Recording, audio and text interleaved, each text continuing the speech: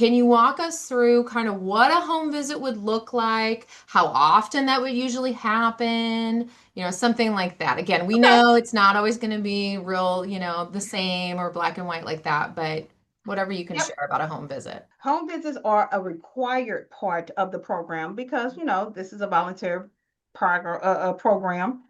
So during the home visit, like you said, each home visit may look different because supports are different for each family. So you will get the basic. So let me just lay out the basic. The home visit normally happens once a month. During the home visit, new equipment will be brought to you, and then we will bring back some of the equipment that was lent to you. We want that feedback to see exactly how did this go with like their goals. Did they respond to this? Do you want more of this? Do you want less of this? Also, when we are bringing equipment into the household, we want to make sure that we're also teaching the siblings how to work with the equipment because we want them to respect the equipment. We want them to engage with the equipment so that child can continue to reach and meet the benchmark goals. And also on the long end, it helped them take care of the equipment so it can continue to be used over and over again. Also, when it's something new or could be complicated or whatever, our family resource specialist always would demonstrate not to the caregivers also on how to do it, the best way to keep it. A lot of equipment we do have batteries. So we do make sure that we switch out the batteries and they will get new batteries to last for the time that needs to be used for by that parent by the child. Also, during the visit, they get community resources. Mhm. Sometimes they may not even need the resources, but because they live in a particular zip code, we always just want to share and say, hey, this may not benefit you, but your neighbor, somewhere at your um, on your block, at your church, in your community. We always want to let them know what's going on in your community so that you can take advantage of all of these resources. And then also sometimes we set up peer supports. So sometimes if a parent has a brand new diagnosis and really don't know, we may have a veteran who have navigated all of that.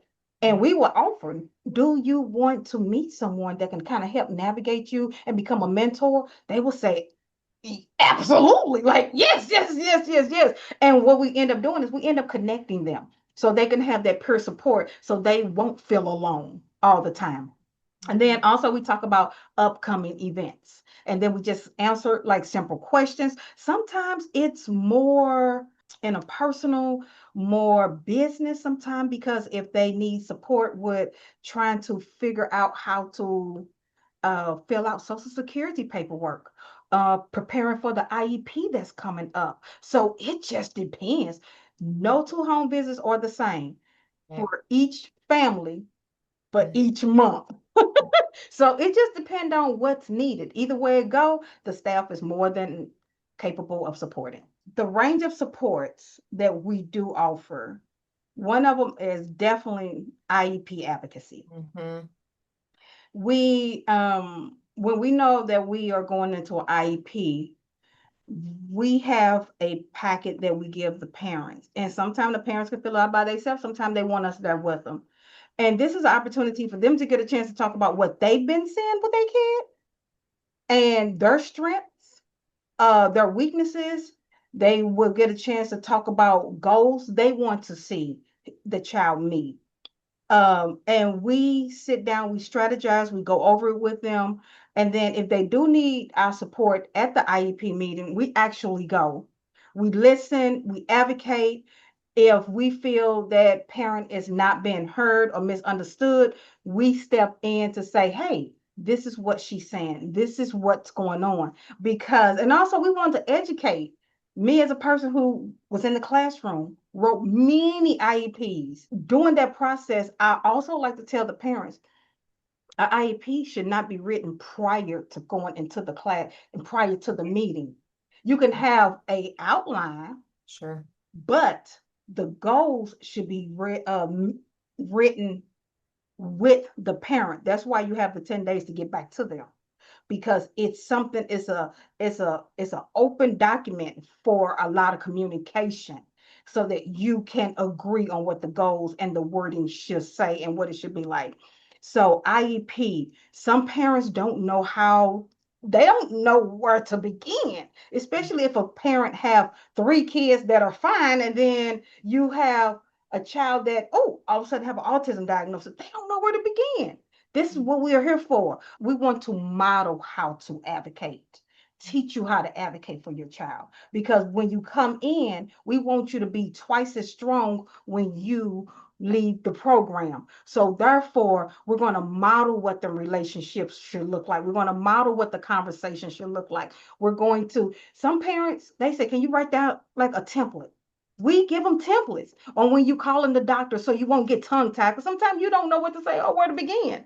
And that's fine. We are here to make sure that we support and empower you in the way that you need for your child, not only for now, but in the future as it continues to go. Because when you get an IEP, you're going to have to keep going, going, going, going, going. So we help them schedule doctor's appointments.